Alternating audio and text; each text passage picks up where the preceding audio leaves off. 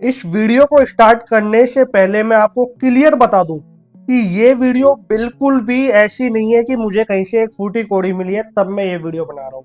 ये मेरा personal opinions है और रियलिटी है।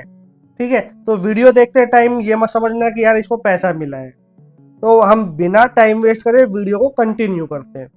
तो आप सोच के देखो कि एक ऐसा आदमी जिसके दुश्मन हर एक जगह से है, हर एक क्षेत्र के लोग हैं, हर एक क्षेत्र के लोग जिसके दुश्मन है, हर एक चाहे वो धर्म क्षेत्र में हो, चाहे वो कर्म कांड में हो, चाहे वो तंत्र में हो, चाहे वो पैरानॉर्मल में हो, और फिर चाहे वो कोई कॉर्पोरेट कंपनी में हो, या कोई पॉलिटिशियंस में हो, या कोई दूसरे काम है उनमें हो, है ना। इनफैक्ट जो घर के अंदर सिचुएशंस होती है, जो घर में जो लोग रहते हैं वो भी उसके दुश्मन बन जाते हैं कई बार।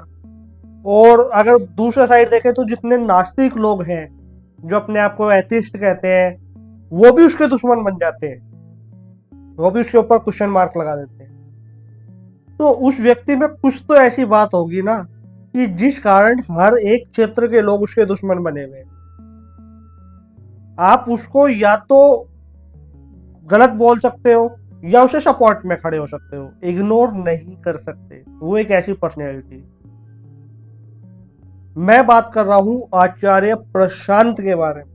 यार ये बंदा है कौन, क्या है ये आचार्य प्रशांत?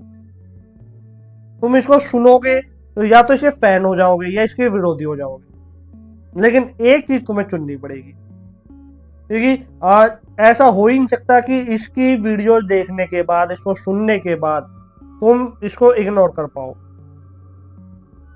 अगर हम कहें तो आज के समय में ये ओशो और जय कृष्ण मूर्ति का कॉम्बिनेशन है। दोनों की फिलोसफी को ये पूरी तरीके से अपने अंदर धारण किए हुए।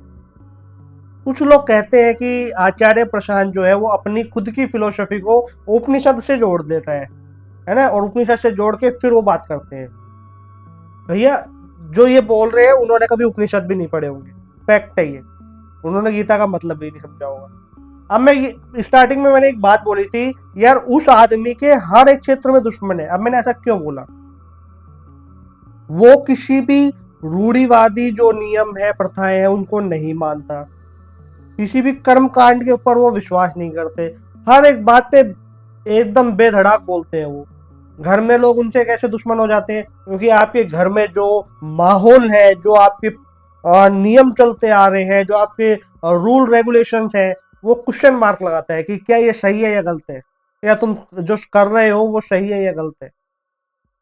जिस व्यक्ति ने हजारों ऐसे ऑनलाइन भी ऑफलाइन भी जो लोग अंधविश्वास को प्रमोट करते थे, जादू टोने के अंदर ज्यादा वो थे और गलत गलत धारणाएं फैलाते थे, हजारों लोगों की दुकान बंद कर दी। उसने सब पे क्वेश्चन मार्क लगा दिया। देखो 100% पूरी तरीके से कोई भी परफेक्ट नहीं होता, ये फैक्ट है। ठीक है, लेकिन आचार्य प्रशांत जिस कार्य को कर रहे हैं, जिस मार्ग पे वो चल रहे हैं, उस मार्ग पर भी 100% कोई नहीं चल पाता।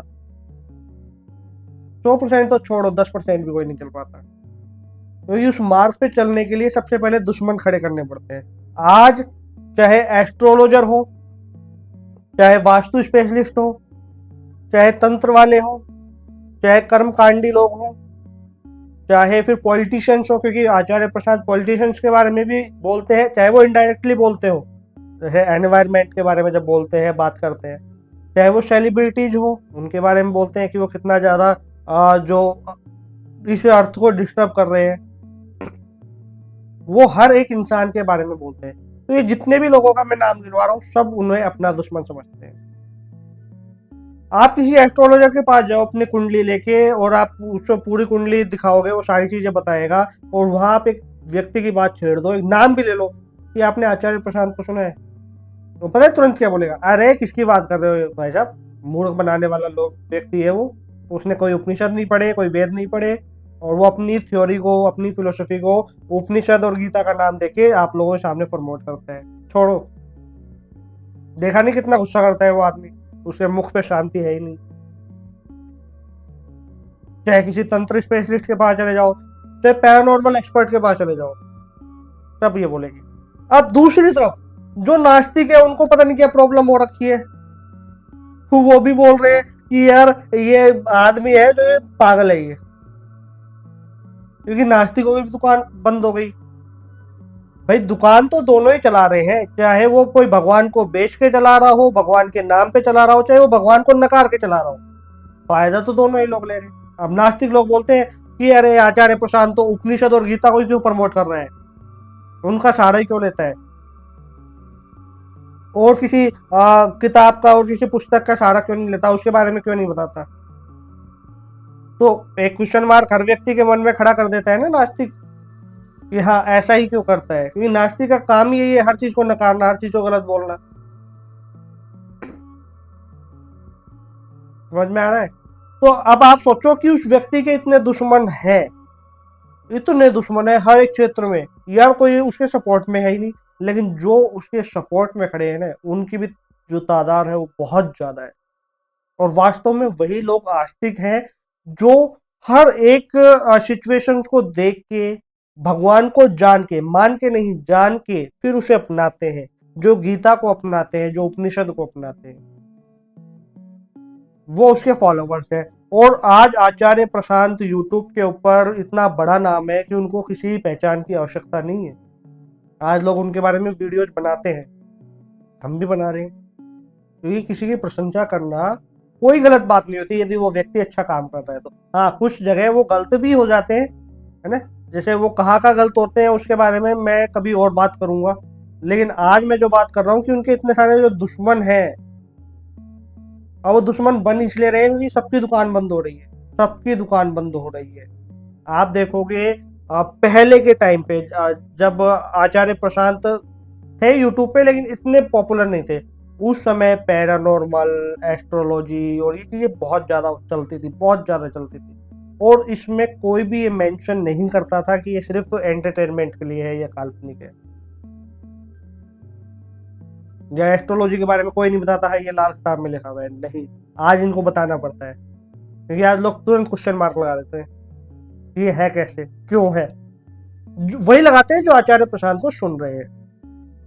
लेकिन दुर्भाग्य इस देश का ये है कि आज एक व्यक्ति जो इतना अच्छा काम कर रहा है, उसके इतने फॉलोवर्स हैं, लोग उसको सुनते हैं, समझते हैं, फिर भी न जाने क्यों आज एस्ट्रोलॉजी और वास्तु और अंधविश्वास इतना ज्यादा प्रमोट हो रहा है अल्टीमेट तरीके से। ये जो ऐप है ये इतने ज्यादा पैसे कमा रहे हैं, कई अरबों में, अरबों खरबों। ये दुर्भाग्य है इस देश का, जिस देश के पास उपनिषद और गीता जैसा महाज्ञान था। आज उपनिषद कितने हैं लोगों को ये तक नहीं मालूम, उनके नाम क्या क्या है लोगों को ये तक नहीं मालूम। हाँ, ये मालूम है कि शुक्र को कैसे प्रबल करना है, शनि की महादशा कैसे कम करनी है, राहु केतु को अपने वश में कैसे करना है, ये एक हर व्यक्ति को मालूम है।